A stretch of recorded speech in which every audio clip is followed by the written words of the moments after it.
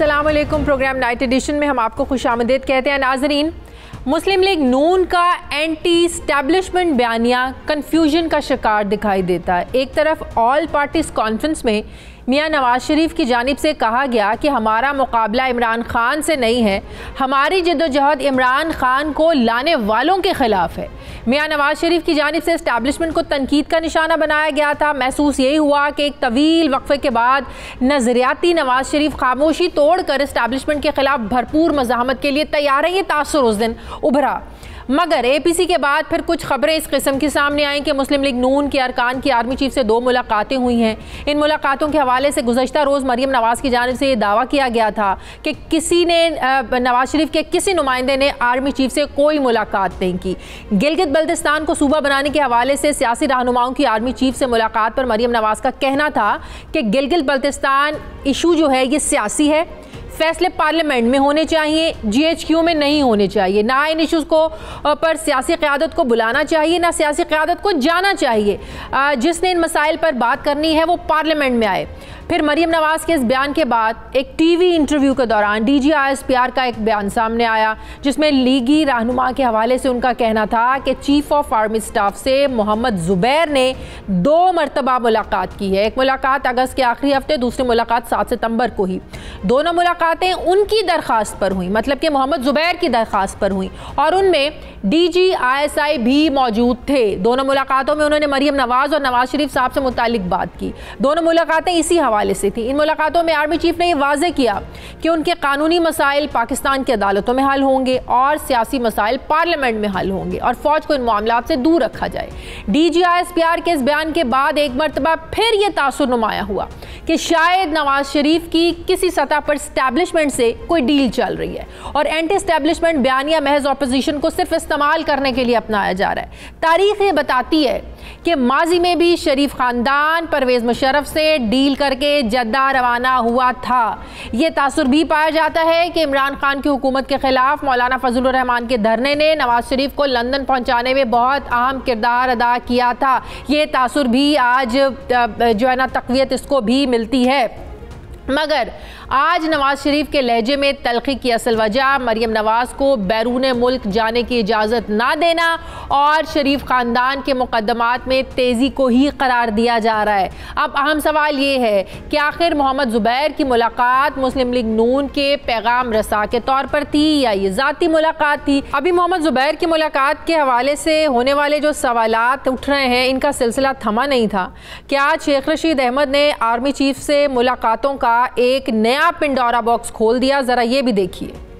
मौलाना फजलुर रहमान से लेके बिलावल तक सब तन्हाई में मिलते हैं और आज मैं इल्जाम लगा रहा हूं कि मौलाना फजलुर रहमान भी 1-to-1 chief of army staff Qamar Javed Bajwa से मुलाकात कर चुके हैं। एक दफा इनकार करे मैं डेट और जगह बताऊंगा। ना इस्तीफा देंगे, ना धरना देंगे, ना आदम एतमाद लाएंगे। अब सवाल ये है कि क्या अपोजिशन के तमाम बड़े रहनुमा एंटी स्टैब्लिशमेंट का नारा लगाकर उसी स्टैब्लिशमेंट से अंदरूने खाना किसी किस्म की डील की कोशिशें कर रहे हैं? क्योंकि ये तासुर पाया जा रहा है क्या अपोजिशन की सब जमातें एक दूसरे के साथ डबल गेम कर रही हैं। ताहम आज नवाज शरीफ साहब की जानिब से ट्विटर पर एक पैगाम दिया गया है कि हालिया वाक़यात से एक बार फिर साबित होता है कि किस तरह बाज़ मुलाकातें 7 पर्दों में छुपी रहती हैं और किस तरह बाज़ मुलाकातों की तशहीर करके मर्जी के मायने पहनाए जाते हैं। ये खेल अब बंद हो जाना चाहिए। आज मैं अपनी जमात को देता हूँ, हिदायत जारी कर रहा हूँ कि आईने पाकिस्तान के तकाज़ों और ख़ुद मुसल्लह अफ़वाज को अपने हलफ की पासदारी याद कराने के लिए आइंदा हमारी जमात का कोई रुकन इनफरादी, जमाती या ज़ाती सतह पर अस्कर और मुतल्लिका एजेंसीज़ के नुमाइंदों से कोई मुलाकात नहीं करेगा। नवाज शरीफ ने मज़ीद ये भी कहा कि कौमी दिफा और आइनी तकाज़ों के लिए ज़रूरी हुआ तो जमाती क़यादत की मंजूरी के साथ ऐसी हर मुलाकात एलानिया तौर पर होगी और इसे खुफिया नहीं रखा जाएगा। सवाल ये है कि क्या नवाज शरीफ के इस इक़दाम से उनके एंटी स्टैब्लिशमेंट बयानिए को तक़वियत मिल सकेगी? सवाल ये भी है कि क्यों आर्मी चीफ से मुलाकात को डील से ही तशबीह दी जाती है। सवाल तो ये भी अहम है कि क्या अपोजिशन की तमाम जमातें इस्टेब्लिशमेंट की हिमायत चाहती हैं? इस सब पर मैं बात करूँगी। मुझे ज्वाइन किया मुस्लिम लीग नून के सीनियर रहनुमा खुर्रम दस्तगीर साहब ने। अस्सलाम वालेकुम, बहुत बहुत शुक्रिया खुर्रम दस्तगीर साहब आपका। खुर्रम दस्तगीर साहब, कल से जो सारी एपिसोड चल रही है, आर्मी चीफ से मोहम्मद ज़ुबैर साहब की 2 मुलाकातें, उसके बाद DG-ISPR की वजाहत और वाज़े अल्फाज में ये कहना कि ये मुलाकातें जो थी ये मरीम नवाज़ और नवाज़ शरीफ साहब के हवाले से थी। उसके बाद अब ये कहा जा रहा है कि मुस्लिम लीग नून को सामने आकर इसकी वजाहत देनी चाहिए, क्योंकि मोहम्मद ज़ुबैर साहब के मौक़िफ़ में कोई वज़न नहीं है, कोई जान नहीं है कि ये मुलाकातें उनकी ज़ाती हैसियत में मुलाकातें थी। तो इससे ये भी तासुर उभर रहा है कि हुकूमत जिस खुफिया NRO की बार बार बात करती थी कि ये मुस्लिम लीग नून वाले जो हैं वो NRO चाहते हैं, रिलीफ चाहते हैं अदालतों से, इसीलिए प्रेशराइज करते हैं, तो ये तासुर और उस मौक़िफ़ को मज़ीद तक़वियत मिलती है। इसलिए ज़रूरी हो गया है कि मुस्लिम लीग नून इस सारे मामले पर आकर वजाहत दे। क्या कहेंगे आप? जी, बहुत शुक्रिया, आपने मुझे मदद किया। लेकिन पिछले जो 2.25 साल गुजरे हैं, मैं खुद ऐनी शाहिद हूँ कि 3 मौक़े पे पाकिस्तान की जो मुंतखब हुकूमत है और उसके वज़ीर-ए-आज़म वो चूँकि ज़हनी तौर पर मफलूज हो गए थे, तो फिर वो मफरूर हुए ऑपोजिशन को मिलने से। वज़ीर-ए-आज़म पार्लियामेंट में होते हुए भी उस मीटिंग में तशरीफ नहीं लाए और उन्होंने अपनी जिम्मेदारी जो है वो आउटसोर्स कर दी आर्मी की। तो उन्होंने हमें ब्रीफ किया एक तवील ब्रीफिंग को।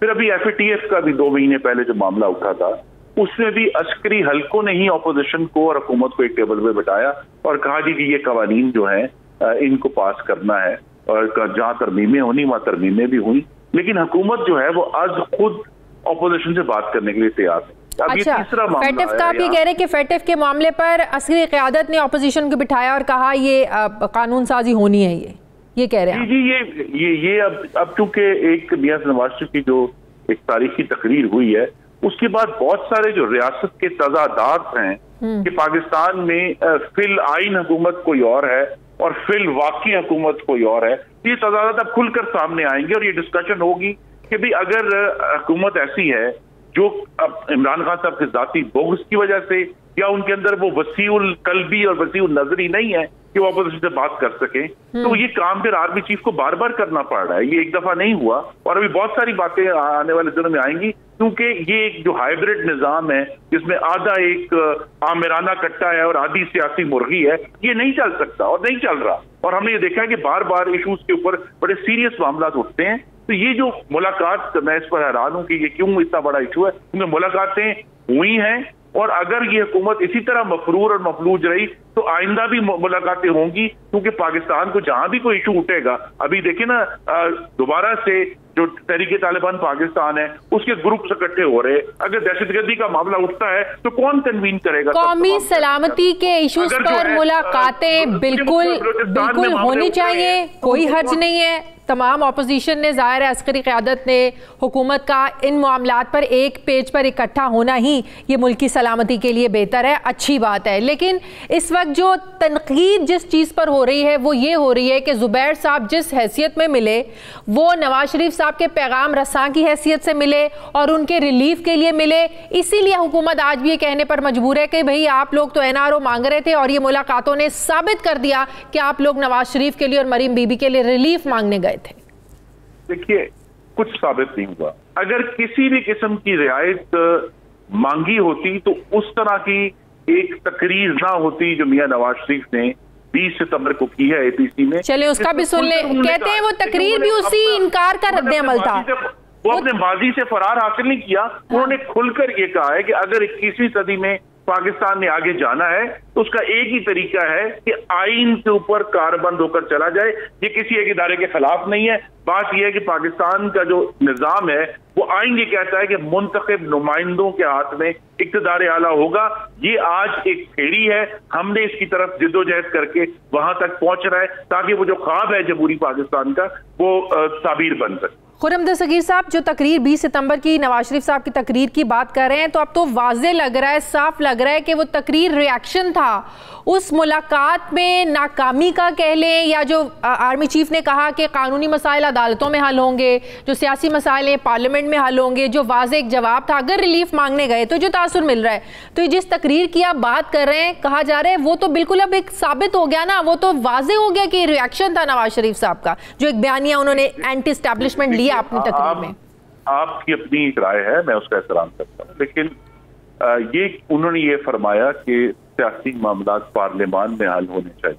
हाँ जी। लेकिन जो 16 तारीख को मीटिंग हुई वो पार्लियामान में तो नहीं हुई ना। बिलाखिर आर्मी चीफ को ये इनिशिएटिव खुद उठाना पड़ गया कि उनको तमाम सियासी जमातों को बुलाना पड़ा, क्योंकि गिलगित बल्तिस्तान का मामला बड़ा संजीदा है। वहाँ 15 नवंबर को इलेक्शन भी होने वाले हैं, वहाँ उसकी जो आईनी हैसियत का इशू जो है वो उठ गया है और इस पर बड़ी गुफ्तगू होनी चाहिए, आपके प्रोग्राम में भी होनी चाहिए कि क्या अगर उसको 5वां सूबा बनाया जाता है तो क्या इससे हमारा जो कश्मीर कॉज है उस पर कितना फर्क पड़ेगा। ये सारे मामलात ऐसे हैं जो जिसके ऊपर देखिए ना, ये मैं यही तो कहता हूँ कि ये कहना हम सब के लिए, सियासी जमातों के लिए भी बहुत आसान है, हम कहते हैं, और ये असूल की बात करनी चाहिए कि भाई जो सियासी मामलात हैं वो पार्लियामान में हल हो, लेकिन 16 तारीख को पार्लियामान में हल नहीं हुए ना, तो कहीं ना कहीं असल जो मैं फिर दोहराऊंगा अपनी जो जहां से मैंने शुरू किया था कि असल खला वो मफलूजपन है जिसका ये पीटीआई की हुकूमत इस वक्त जिसको ये मर्ज़नाक है कि वो अपोजिशन से बात ना करके उन्होंने पाकिस्तान की सारी हाकमियत को एक जगह पर उसमें दरारें डाल दी हैं और अब आर्मी चीफ को बार बार स्टेप इन करना पड़ा है कि वो जो कौमी सलामती के मामलात हैं, जो दूसरे सीरियस इशूज हैं, उन पर बात करें। इसलिए मैंने कहा भी आने वाले इशू दिनों में पीटीएम का मसला उठेगा, तहरीक तालिबान पाकिस्तान का मसला उठेगा, बलूचिस्तान के मसले उठेंगे। इन सारे मसलों पर अगर हुकूमत अपोजिशन से बात करने के लिए तैयार नहीं है तो कहीं ना कहीं जहां फिल वाकई इक़्तिदार है फिर उनको बात तो करनी पड़ेगी। खुर्रम दस्तगीर साहब, 20 सितंबर का जो बयानिया एक सामने आया, बड़ा खुलकर बड़े वाज़े अल्फाज में जो नवाज शरीफ साहब ने एंटी एस्टेब्लिशमेंट एक अपना जो अंदाज था उनका नज़र आया, जो एक रोल था उनका, वो पता चला कि वो क्या करने जा रहे हैं मुस्तकबिल की सियासत में। आज भी आप लोग उस पर कायम है, क्योंकि कहा जा रहा है कि एक तरफ मुलाकातें होती हैं, दूसरी तरफ एंटी एस्टेब्लिशमेंट बयानिया देकर आप अपनी पार्टी के साथ ही डबल गेम करते हैं। नहीं, देखिए, मियां नवाज शरीफ की तकरीर अपनी जगह पर है, लेकिन उससे अहम बात यह है कि वो तकरीर जो है वो 11 जमातों का मुतफिका 26 नुकाती इलामिया बनकर सामने आया। और उसमें सिर्फ ये बात नहीं है कि जी जो है यहाँ इंटरवेंशन ही होनी चाहिए, उसमें बलूचिस्तान की बात की गई है, उसमें पाकिस्तान में मिसिंग पर्सन्स की बात की गई है, उसमें पाकिस्तान में आज़ादी इज़हार के ऊपर जो कदम है उस पर बात की गई है। तो मियां नवाज शरीफ की तकरीर तो एक पार्टी के कायद का बयानिया था, लेकिन आई थिंक उससे ज्यादा अहम जो है इस वक्त वो 11 जमातों का 26 नुकाती एलामिया है जो एपीसी के आखिर में इशू हुआ, उसी को बार बार देखना चाहिए और उस पर गौर करना चाहिए कि यहां तक अगर हालात पहुंचे हैं कि वो बातें जो हम ड्राइंग रूमों में या अब कभी दबे अल्फाज में किया करते थे, अब वो 11 जमातों को खुलकर इन राइटिंग करनी पड़ गई है। आप नहीं समझते जो बुनियाद में एक बहुत बड़ा मसला बन गया। पार्लिमानी रहनुमाओं की मुलाकात हुई आर्मी चीफ साहब से, गिलगित बल्तिस्तान के हवाले से और भी इश्यूज इसमें डिस्कस हुए। आपको नहीं लगता तमाम पार्टियों को अपने अपने प्लेटफॉर्म से ये डिस्क्लोज कर देना चाहिए था, अपने इसको बता देना चाहिए था कि किन किन इश्यूज पर बात हुई? अगर इतनी ही सीक्रेट मीटिंग थी तो फिर शेख रशीद साहब को इसको डिस्क्लोज करने की क्या जरूरत थी? फिर तो पार्टियों को चाहिए था कि बता देते अपने अपने प्लेटफॉर्म से। जी, ये गैर शेख साहब ने एक खुदा जाने क्यों वो खुद एक सेल्फ अपॉइंटेड बन चुके हैं रिप्रेजेंटेटिव। ये मुलाकातें ऐसी नहीं कि खुफिया रखी जाएं, लेकिन इनको डिस्क्लोज भी नहीं किया जाता। हमें एक दिन पहले मालूम था कि ये मुलाकात हो रही है, लेकिन इनको डिस्क्लोज नहीं, क्योंकि ये एक बैकग्राउंड डिस्कशन है। देखिए, वो एक मीटिंग हुई, लेकिन अभी तक हुकूमत की तरफ से ऐलान के बावजूद किसी किस्म की आईनी तरमीम का मुसवदा सामने नहीं आया। लिहाजा अभी उस मुसवदे तक पहुंचने के लिए वो डिस्कशन होनी है ना जी। वो डिस्कशन जो है वो बजाय वजीर आजम जो है वो पार्लियामान में करते या वजीर आजम सेक्रेटेरिएट में करते, वो आर्मी चीफ को वो बैकग्राउंड डिस्कशन भी जो है वो उनको करनी पड़ गई। लेकिन बेहतर होता कि जमातें, सियासी जमातें अपने अपने प्लेटफॉर्म से मीडिया को आके बता देती, डिस्क्लोज कर देती, ताकि जो हवा बनावे ये हवा ना बनता। लेकिन मेरे ख्याल में अब ये मामला में खुलकर सबको बात करनी पड़ेगी कि जो भी मुलाकात करे वो आकर बताएगी जब मुलाकात की है, और हमें मानना पड़ेगा कि फिर वाकई इक़्तिदार जो है वो इस वक्त सियासी हुकूमत के पास नहीं है। बहुत बहुत शुक्रिया आपका, बहुत शुक्रिया। मुस्लिम लीग नून के सीनियर रहनुमा खुर्रम दस्तगीर साहब मेरे साथ। मुझे प्रोग्राम में नाज़रीन एक ब्रेक लेनी, वापस आते हैं छोटे से वक्फे के बाद।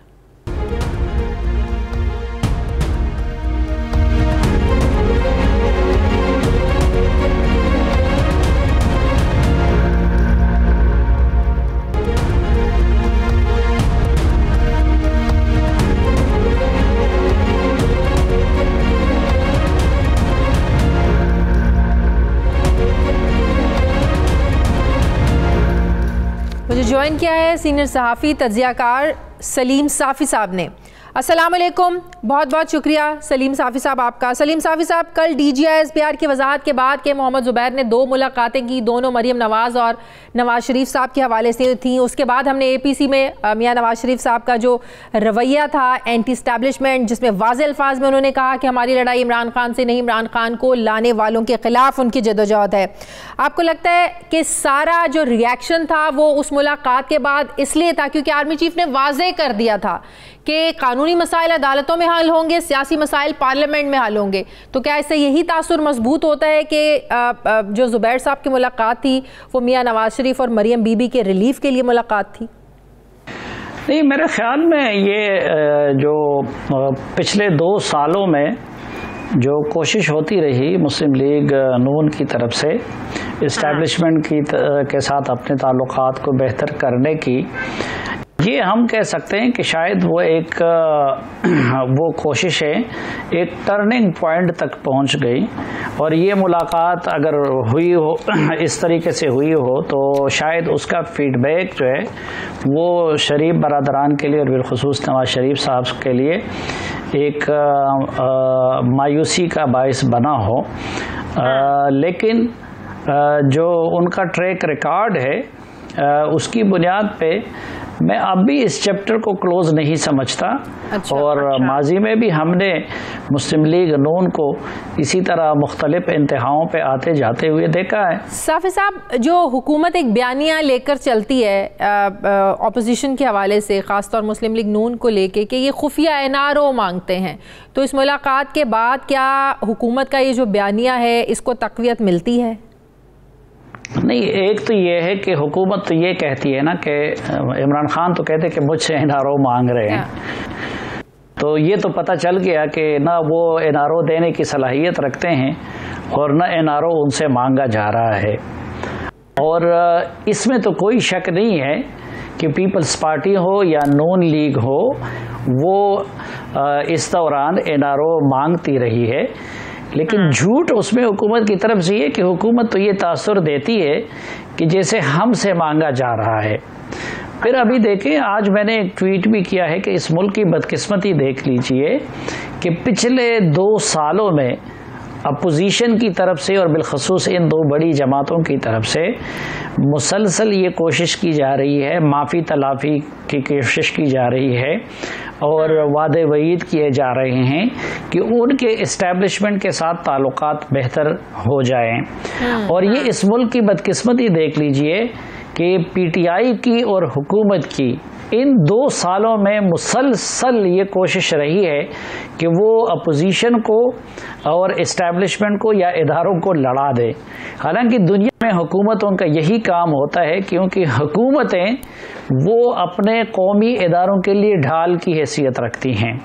वैसे तो हर शहरी को अपने इदारों के लिए ढाल बनना चाहिए, लेकिन ये वाहिद हुकूमत है जिसको अपनी सर्वाइवल इस बात में नज़र आ रहा है कि वो अपोजिशन और बिलखसूस इन 2 पार्टियों को अपने रियासती इदारों से लड़ा दे। या उस रोज़ जो अली अमीन गड्डापुर साहब जिस तरह अपोजिशन को ताने दे रहे हैं, या कल से शेख रशीद साहब जिस तरीके से लगे हुए हैं, तो वो यही कोशिश है ना, उनको ताने दिए जा रहे हैं कि जवाब में अपोजिशन वाले भी बोलें। अब अगर इधर से ये ताना ना दिया जाता तो ज़ुबैर ना बोलते, आज मौलाना को ताना दिया गया है, कल मौलाना बोल लेंगे जवाब में वो अपनी सफाई में। तो ये तो एक हुकूमत की तरफ से एक शऊरी कोशिश नज़र आ रही है अपने इदारों और अपने अपोजिशन की पार्टियों को लड़ाने की। हालांकि जो फौज होती है वो सिर्फ हुकूमत की नहीं होती, वो मुल्क के हर शहरी की फौज है। सही। अदलिया है तो वो मुल्क के हर शहरी की अदलिया है। तो हुकूमत की तो कोशिश ये होनी चाहिए, ये हमने तारीख में पहली मर्तबा देखा है कि हुकूमत, माजी में आपने देखा होगा कि कई मर्तबा यूसुफ रजा गिलानी जैसे वजीर आजम ने भी उठ के अपोजिशन को और मिलिट्री लीडरशिप को आमने सामने बिठाया है नेशनल सिक्योरिटी के इश्यूज पे।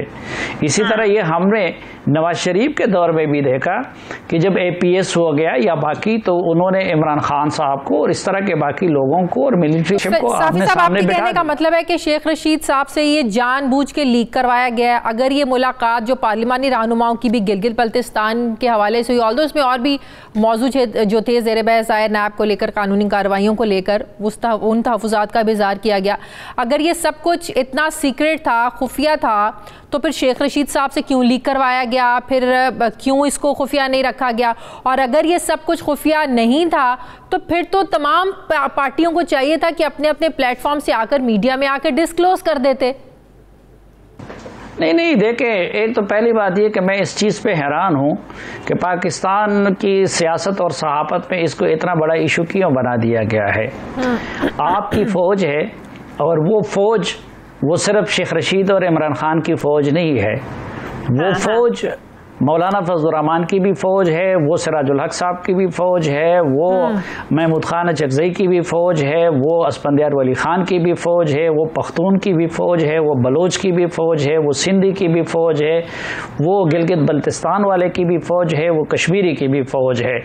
तो अगर उनके नुमाइंदे उनसे मिलते हैं और फिर वो नेशनल सिक्योरिटी के इश्यूज़ पे, तो इसमें कबाहत क्या है, इसमें जुर्म क्या है? और हम क्यों इस हकीकत से आंखें चुरा लेते हैं कि पाकिस्तान एक नेशनल सिक्योरिटी स्टेट है? और क्या जब खुद ये लोग अपोजिशन में थे, अगर उन्होंने जाके उधर खलवत में अपने लिए कोई रियायत मांगी है, तो इमरान खान साहब तो हजारों कैमरों के सामने जो रोजाना एम्पायर को बुलाते थे, वो क्या था? वो और हजारों कैमरों के सामने आपको उस दिन की वो खुशी उनकी याद नहीं है? कितने खुश हो रहे थे कि जब उस वक्त जनरल राहील शरीफ साहब ने उनको बुला दिया था।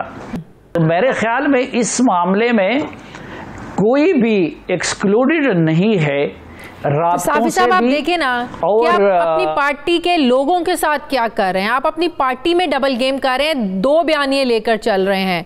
या तो आप ऑपोजिशन के साथ जो है ना वो डबल गेम कर रहे हैं, एक तरफ आप अपनी तकरीर में एंटी एस्टेब्लिशमेंट का नारा लगाते हैं कि हमारी लड़ाई उनके खिलाफ है जो इमरान खान को लेकर आए हैं, दूसरी तरफ आप खुफिया मुलाकातें करते हैं, फिर उसको मानते भी नहीं है। तो आप उस दिन की तकरीर में देख लें शहबाज शरीफ साहब की बॉडी लैंग्वेज क्या थी। ज़ाहिर है जो मुलाकातें हुई हैं, आपको क्या लगता है कि नवाज शरीफ साहब को उन्होंने अपने भाई को बताया नहीं होगा? सब बताया होगा, लेकिन उसके बावजूद भी उस दिन शहबाज शरीफ साहब परेशान लग रहे थे नवाज शरीफ साहब के बयानिए को लेकर। तो ये बात तो माननी पड़ेगी कि मुस्लिम लीग नून ही चाहे ऑपोजिशन के साथ या अपनी पार्टी के साथ डबल गेम खेल रही है। देखिए, इसी डबल गेम ने और इन्हीं हरकतों ने मुस्लिम लीग नून को इस अंजाम तक पहुंचा दिया। हाँ। मसलन मैंने उस रोज़ भी लिखा था कि बदकिस्मती ये है कि मुल्क है पाकिस्तान, तुम्हारी पार्टी है मुस्लिम लीग नून, तुमने अब सियासत में अपना जाननशीन बतौर सदर बनाया हुआ है जनाब शहबाज शरीफ साहब को, और दूसरी तरफ तुम रातों रात तय्यब-उर-दगान बनना चाहते हो। तो ये इक़्तिदार में भी मियां नवाज शरीफ साहब ने ये गलती की और आज भी उसने इस गलती को रिपीट किया। यानी इंसान अपने लोगों को और अपने वर्कर्स को और अपनी सलाहियत और इस्तेदाद को देख के बात करता है। और फिर दूसरी भी, हम भी तो आधा सच बोलते हैं ना। आधा सच हम यूँ बोलते हैं कि क्या अभी ये पिछले 6-7 महीने कोई डील नहीं चल रहा था जिसके तहत मियां नवाज शरीफ साहब बाहर चले गए और जिसके तहत मरियम नवाज साहबा खामोश थी, उनका ट्विटर भी खामोश था। तो बात तो कहीं से बनी हुई थी ना, अब कहीं से आके बिगड़ गई है, तो फिर आप इनकलाबी बन जाते हैं कल दोबारा।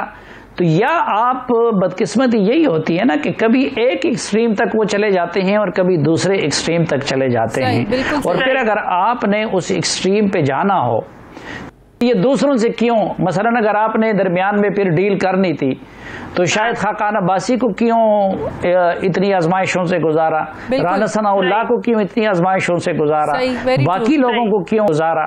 तो न आपके डील का आपके वर्कर्स और पार्टी को इल्म होता है और न फिर जब आप एक्सट्रीम हद तक इनकलाबी बनते हैं। साफी साहब, आज नवाज शरीफ साहब का ट्वीट शायद आपने भी देख लिया हो, उनका ट्वीट जिसमें उन्होंने अपने पार्टी के लोगों को, जमात को मना किया है कि एजेंसियों के नुमाइंदों से अब कोई मुलाकात नहीं होगी, अब ये सिलसिला बंद होना चाहिए।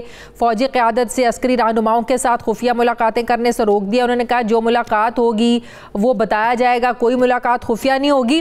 तो इस सब के बाद आपको लग रहा है जो अब एक बयानिया अपना लिया है मियां नवाज शरीफ साहब ने, अब जो एपीसी का जो एजेंडा है, जो उनका सख्त बयानिया है, अब पूरी अपोजिशन उसके साथ चलेगी? देखिए, मुस्लिम लीग नून के यहाँ भी ये सोच है कि हमने ताबेदारी की आखिरी हदें क्रॉस कर दी, लेकिन उसके बावजूद भी हमें माफ़ी नहीं मिल रही। अब यानी ये ठीक या गलत इसका मैं अभी इस वक्त जिक्र नहीं कर रहा हूँ, मैं मुस्लिम लीग नून के यहाँ सोच आपको बता रहा हूँ। सही, यही सोच मौलाना फजलुर रहमान के यहाँ भी है, ये कौम परस्त जमातों के यहाँ भी हैं, और ये सोच पीपल्स पार्टी के यहाँ भी हैं। मसलन पीपल्स पार्टी ये सोच रही है, आप इलेक्शन से पहले देखें कि कौन सा गेम था कि जिसमें जरदारी साहब हिस्सेदार नहीं बने। उन्होंने सेनेट के इंतखाबात में, फिर चेयरमैन सेनेट में, फिर इलेक्शन के बाद अगर जरदारी साहब उस वक्त कोऑपरेट ना करते तो ये सियासी बिसात इसी तरह नहीं बिछ सकती थी। तो उनके यहाँ भी ये फीलिंग्स है कि इस भरपूर ताबेदारी के बावजूद भी उनको माफ़ी नहीं मिल रही है। तो वो तो एक होता है कि आप अगर बिल्ली को भी एक कमरे में बंद कर ले और उसको फरार का कोई रास्ता ना दे तो मजबूर हो कि वो भी आप पे झपट पड़ता है। अलबत्ता चूंकि पीपल्स पार्टी की कमजोरी है सिंध हुकूमत और पीपल्स पार्टी की क़यादत की और भी निस्बतन कमजोरी ज़्यादा है, इसलिए पीपल्स पार्टी शायद उस एक्सट्रीम तक नहीं जाना चाहती जिस एक्सट्रीम तक मुस्लिम लीग नून अब जाने का इरादा जाहिर कर रही है। और मौलाना फजलुर रहमान साहब और उनके साथ जो छोटी जमातें हैं उनका तो पहले से यही मौक़िफ़ है कि हमें ताबेदारी की बजाय या मसलहत की बजाय एग्रेसिव। बहुत बहुत शुक्रिया सीनियर सहाफ़ी तज्ज़ियाकार सलीम साफ़ी साहब मेरे साथ हैं। नाज़रीन, मुझे प्रोग्राम में एक ब्रेक लेनी, वापस आते हैं एक छोटे से वक्फे के बाद।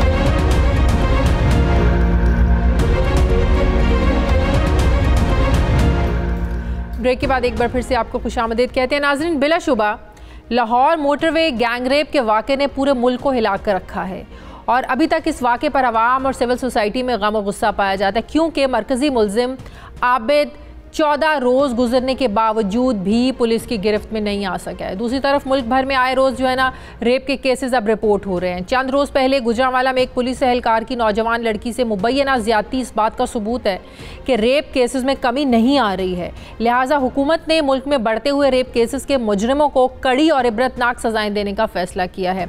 और मंगल के रोज़ वफाकी काबीना के इजलास में anti rape investigation and prosecution act 2020 का मुसवदा पेश किया गया, जिसमें गैंग रेप के मुजरिमों को सजाए मौत की सज़ा तजवीज़ की गई है। बिल के मुसवदे में गैंग रेप के मुजरिमों को सरेआम फांसी देने की तजवीज़ को शामिल नहीं किया गया। हालांकि वज़ीर आज़म गैंग रेप के मुजरिमों को सरेआम फांसी देने और इबरत का निशान बनाने के हामी रहे हैं। ताहम बिल के मुसवदे में वज़ीर आज़म की इमाम पर कैस्ट्रेशन की सज़ा के साथ 7 से 14 साल की कैद की सज़ा भी तजवीज़ की गई है। मुसवदे में जिनसी जराइम को नाकाबिल ज़मानत, नाकाबिल मसालहत और काबिल दस्तअंदाज़ी पुलिस करार देने की तजवीज़ भी नया शामिल की गई है। मुजवज़ा बिल की जो अहम खसूसियात हैं, इनमें रेप केसेस को निपटाने के लिए स्पेशल कोर्ट्स बनाने, 30 दिन में इन्वेस्टिगेशन को मुकम्मल करने, फिर सरकारी वकीलों की तैनाती, ख़वातीन प्रिजाइडिंग ऑफिसर्स की तकर्रुरी और रेप केस का ट्रायल 45 दिन में मुकम्मल करना शामिल है। इसके अलावा मुतासरा खातून, और शख्स की शनाख्त को खुफिया रखने और केस की समाअत बंद कमरे में करने और गवाहान और मुतासरीन के बयानात वीडियो लिंक के जरिए रिकॉर्ड कराने जैसी तजावीज़ को भी शामिल किया गया है। मुजवज़ा बिल का मुसवदा काबीना की कानून साज कमेटी को भेज दिया गया है। मुसवदे के मुताबिक नेशनल कमीशन बराए स्टेटस ऑफ विमेन और रेप क्राइसिस सेल तश्कील देकर मुल्क में रेप केसेस की सूरत हाल की निगरानी की जाएगी और इन क्राइसिस सेल की क़यादत वफाकी, सूबाई और ज़िलाई सतह पर 18वें से 21वें ग्रेड की ख़वातीन पुलिस ऑफिसर्स जो हैं वो करेंगी, जिन्हें सिनफी हसासियत के मामलात के हवाले से खुसूसी उनको ट्रेन किया जाएगा, उन्हें ट्रेनिंग दी जाएगी। बिल के मुसवदे में मुतासरीन की इमदाद, कानूनी मुआवनत और नफसियाती बहाली जैसे इक़दाम की जो तजावीज़ भी हैं उनको भी शामिल किया गया। सवाल ये है कि जब रेप के मुतालिक पहले भी कवानीन मौजूद हैं और कवानीन का नफाज करवाने के लिए पुलिस भी मौजूद है, तो रेप के वाक़यात क्यों बढ़ते जा रहे हैं? क्या पहले से मौजूद कवानीन में कोई सुकम है? और ऐसे माशरे में जहाँ कानून के रखवाले ही मुबैना तौर पर रेप कर रहे हों, वहाँ anti rape investigation and prosecution act 2020 आने के बाद फिर क्या फ़र्क पड़ेगा? फ़र्क पड़ेगा भी या नहीं पड़ेगा? इस पर मैं बात करूँगी। मुझे ज्वाइन किया है मारूफ कानूनदान, माहिर कानूनदान बैरिस्टर अली ज़फ़र साहब ने। अस्सलाम वालेकुम, बहुत बहुत शुक्रिया अली ज़फ़र साहब आपका। अली ज़फ़र साहब, आप रेप केसेस के बाद अब जो हुकूमत ने फ़ैसला किया है कवानीन लेके आने का, इस हवाले से मुसवदा भी वफाकी काबीना के इजलास में मंगल को पेश किया गया। इस पर बड़ी डिस्कशन हुई है कि कैस्ट्रेशन का जो तरीक़ाकार है इसको इस्तेमाल में लाया जाए, इसके हवाले से भी कानून साजी अब होगी। आप समझते हैं कि इसी किस्म की कानून साजी की ज़रूरत थी, इसी किस्म की कानून साजी होनी चाहिए, तो हमारे मुआशरे से ये जो सफाकियत है ये ख़त्म हो सकती है? जी देखें, ये तो बात दुरुस्त है कि सज़ा सख्त से सख्त होनी चाहिए। बहुत सारे ममालिक का अगर आप जायज़ा लें तो आप ये देखेंगी कि कुछ ममालिक में डेथ पेनल्टी है, कुछ में केमिकल कैस्ट्रेशन है, कुछ ममालिक में कैस्ट्रेशन भी है, फिज़िकल कैस्ट्रेशन। लेकिन मेरी नज़र में सिर्फ सज़ा ज़्यादा करना, उसको और मज़ीद बढ़ाना वो सफिशेंट नहीं है। बिल्कुल बढ़नी चाहिए लेकिन वो इनफ नहीं है। उसके साथ साथ ज़रूरी ये है कि जो जुराइम पेशा लोग हैं उनको ये भी एक रियलाइजेशन होनी चाहिए, उनको ये समझना चाहिए, उनको ये पता होना चाहिए कि ये सज़ा उनके ऊपर लगेगी भी। क्योंकि मसला ये है कि हमारे जुडिशल सिस्टम जो जिस तरह पाकिस्तान का निज़ाम है इंसाफ का, कानून का, जुडिशल सिस्टम जिसको हम कहते हैं, उसमें आपको ये सज़ा मिलती ही नहीं है। होता ये है कि यहाँ तो जो जुराइम पेशा लोग हैं वो थ्रेट्स के ज़रिए, वो एक खौफ व हरासत फैला के या किसी और तरीके से पैसे दे के वो जो विक्टिम्स हैं, जो जिनके खिलाफ जुर्म हुआ है, उनके साथ समझौता कर लेते हैं। और उसमें ये होता है कि फिर इवेंचुअली जो अदालत है वो उनको कहती है कि आप को हम सजा नहीं दे सकते, वो बाहर आ जाते हैं और उनको ये फिर पता चल जाता है या उनको यकीन हो जाता है जुर्म करेंगे तो हम पकड़े नहीं जाएंगे।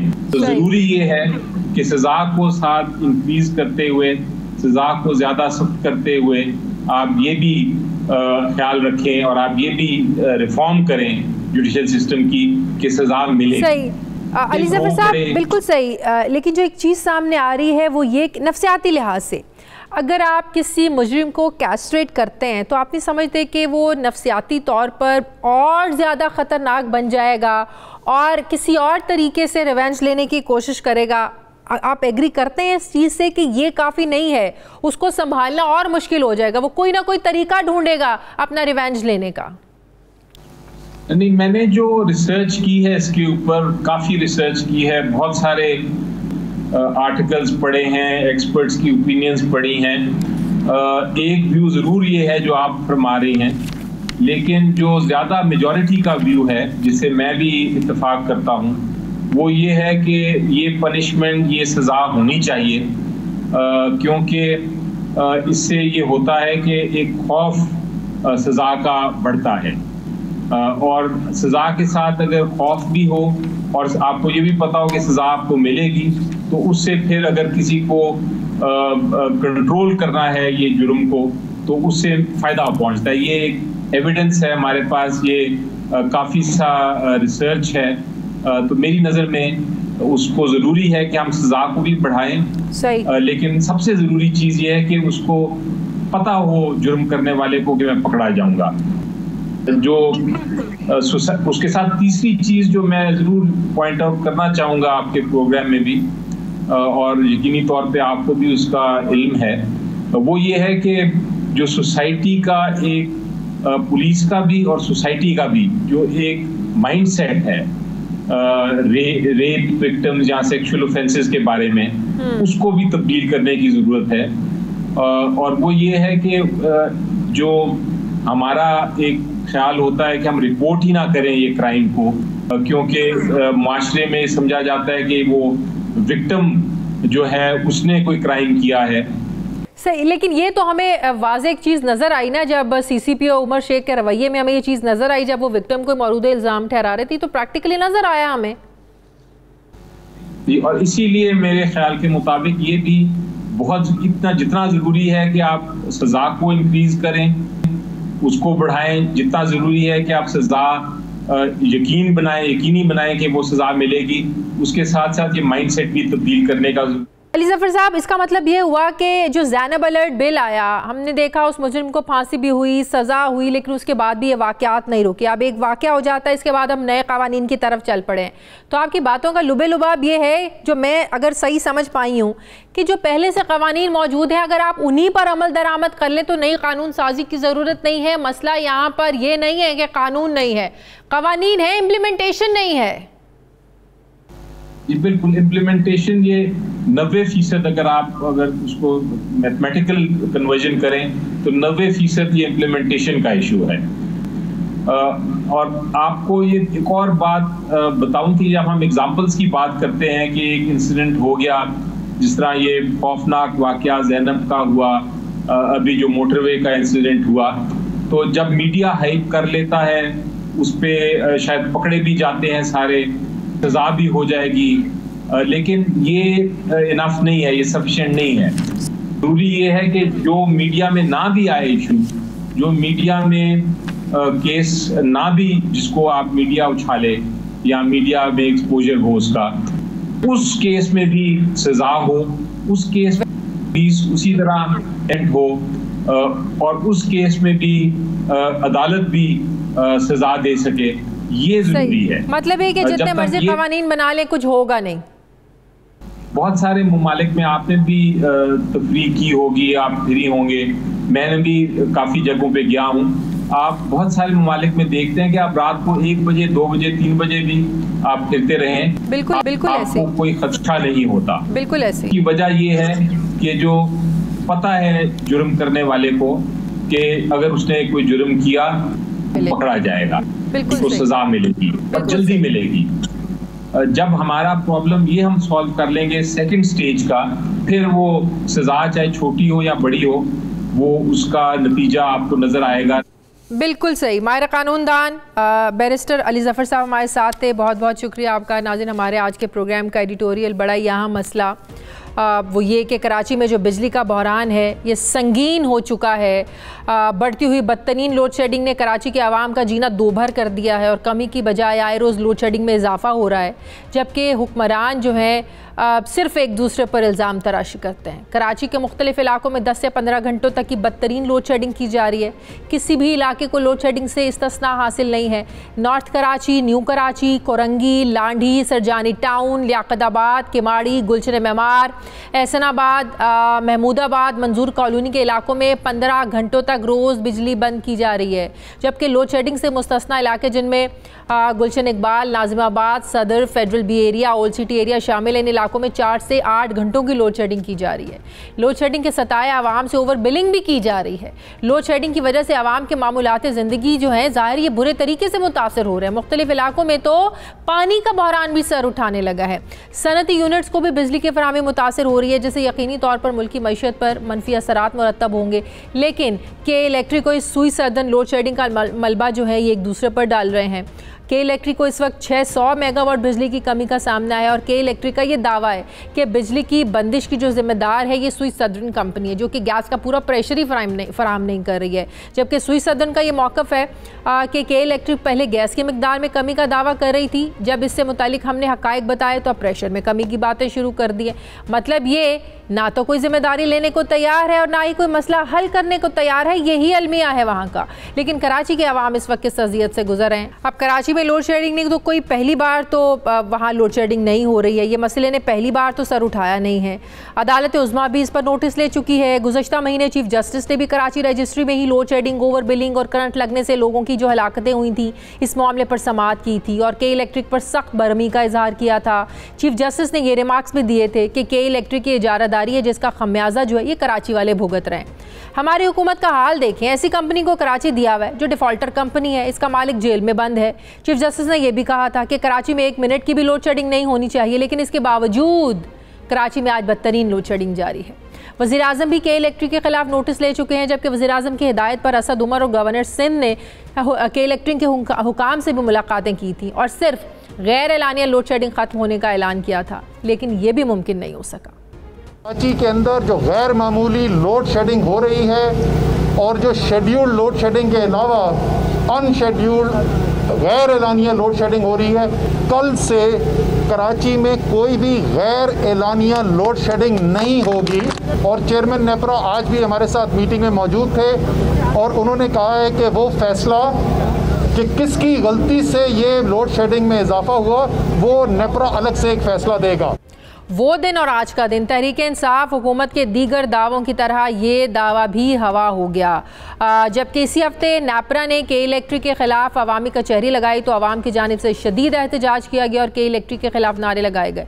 अवाम की जानिब से मुतालबा किया गया कि के इलेक्ट्रिक से मुआहदा ही ख़त्म कर दिया जाए और नई बिजली की कंपनी जो है वो बनाई जाए, किसी और कंपनी से मुआहदा किया जाए। जिसके बाद माहौल में बदनज़मी पैदा हुई और नेपरा ने ऐलान किया कि के इलेक्ट्रिक के हवाले से कराची में अवामी समाअत मुकम्मल हो गई है, अब मज़ीद समाअत नहीं होगी।